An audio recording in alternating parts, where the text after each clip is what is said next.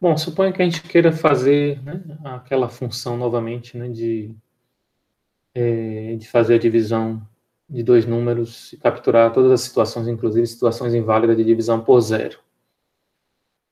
Tem uma maneira melhor de fazer isso do que usando prints, né, para testar, né? Sim, as linguagens de programação hoje têm ferramentas para isso. No caso da linguagem Python, inclusive, a gente tem um comando que é embutido dentro da própria linguagem, que é o comando de asserção, né? Asserção é uma afirmação. Esse comando em Python é o assert. Vamos voltar aqui ao nosso código, né, que a gente tinha feito. Esse é o nosso código, nosso código da função de divisão. E a gente quer testar essas três situações aqui. Como a gente testaria essas três situações, né? A gente vai usar um comando assert em Python. Vamos lá. Esse aqui é um exemplo de assert. Ele parece com um comando condicional if, né? Mas ele não é exatamente um if, porque ele não faz nada se a situação estiver correta. E caso a situação esteja incorreta, se o teste falhar, né? Se o teste passar, tudo perfeito. Se o teste falhar, ele vai dar um erro, né, para o programa, um erro de asserção. O que diz aqui essa linha de comando? Está dizendo o seguinte: afirme, ou asserte, né? Afirme que a divisão de 12 por 10 deve ser 1.2. Afirme que a divisão de 3 por 1 tem que ser 3. Afirme que a divisão de 14 por 0 não é correta, ou seja, tem um not ali antes da divisão. Se a gente testar a divisão sempre dá um valor válido, né? E no caso aqui a gente quer que dê um valor não válido, né? Por isso o not. Ele vai exatamente pegar essa situação do não. Se a gente rodar esse programa do jeito que está, ele vai rodar os três asserts, e se ele tiver tudo certinho, não vai mostrar nada na tela, né? A gente pode até mandar uma mensagem adicional aqui, dizendo que todos os testes estão passando. Então, isso é uma maneira de fazer teste de software sem fazer prints, né? A gente faz um programa que utiliza a nossa função e faz todo o conjunto de testes lá. A gente chama esses casos aqui de casos de teste, né? Cada uma dessas linhas aqui é um caso de teste. Para essas entradas é esperada essa saída, para essas entradas essa outra saída. Para essas duas entradas aqui, essa outra saída aqui. No caso inválido. Então a gente faz uma asserção para cada caso de teste. Bom, isso é a maneira mais simples de fazer, né? Vamos ver como é que isso funciona em Python num ambiente de desenvolvimento, né? Então, aqui suponha que eu fiz um programa mais simples do que esse, né? Eu não pensei nessa situação de erro, né? De divisão por zero. E aí eu vou tentar rodar esse programa. Ele vai tentar fazer o cálculo de 12 por 10, vai dar OK, 3 por 1 também, só que na hora de fazer o 14 por 0, ele não vai dar OK, vai dar um erro.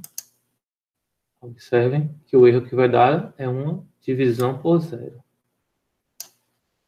Então, na verdade, ele nem chegou a completar o assert. Na hora que ele tentou fazer a divisão de 14 por 0, quando ele fez essa conta, ele gerou um erro, né, e fez um crash no programa. A gente não quer um crash no programa, a gente quer, na verdade, que ele capture essa situação de maneira correta. Então, bom, uma maneira de fazer isso é colocar um bloco try except. Se a situação estiver correta, simplesmente ele retorna x por y. Se não, como a gente tinha feito antes, retorne.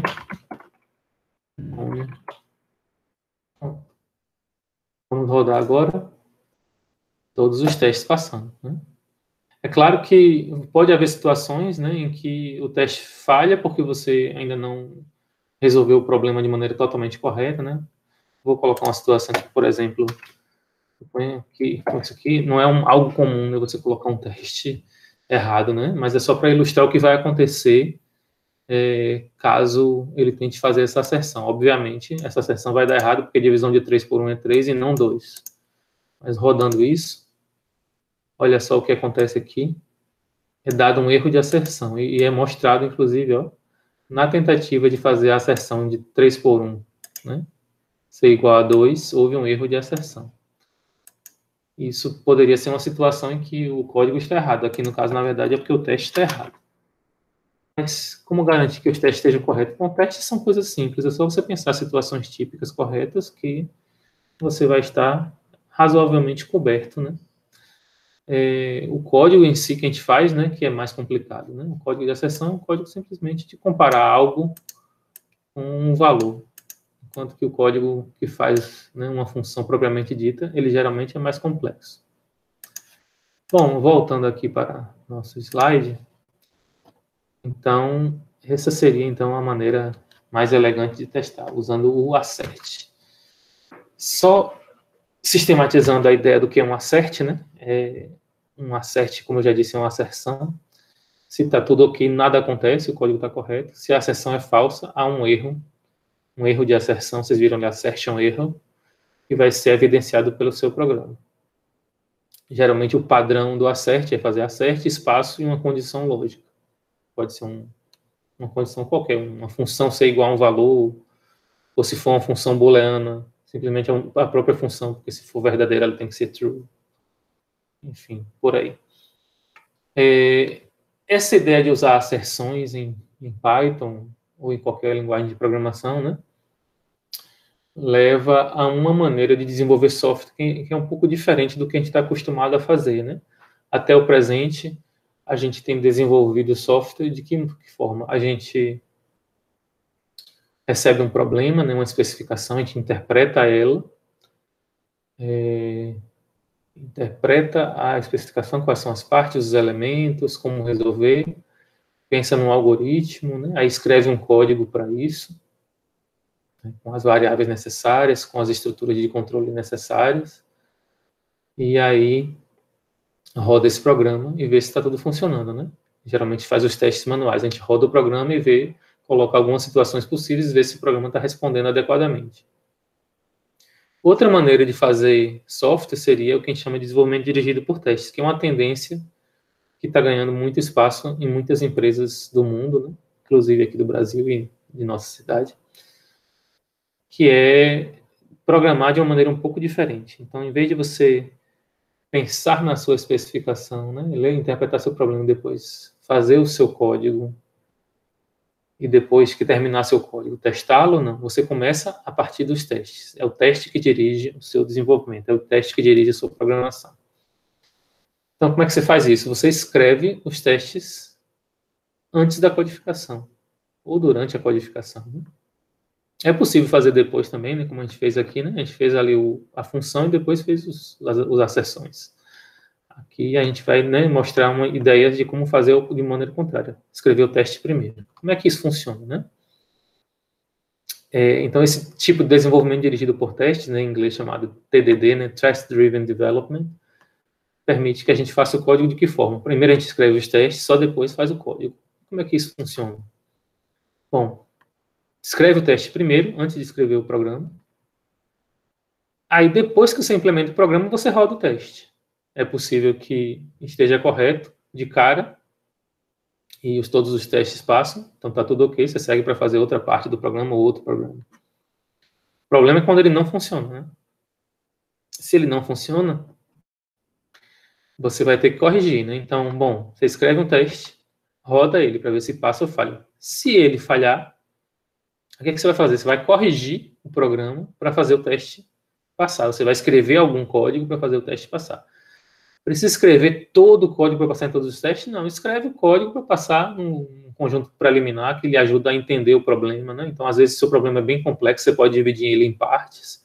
Aí você tem lá 15 testes, aí eu suponho que os 3 primeiros são fáceis de entender e fáceis de programar, você faz os testes só para os 3 primeiros, aí roda, ele vai passar nos 3 primeiros, vai falhar nos outros 12, mas você vai ver, né, que ele está funcionando parcialmente. Aí você vai ver o que falhou, né, nos outros seguintes, aí você vai corrigindo até que ele passe em todos os testes, né? Se falhar, faça algum código para o teste passar.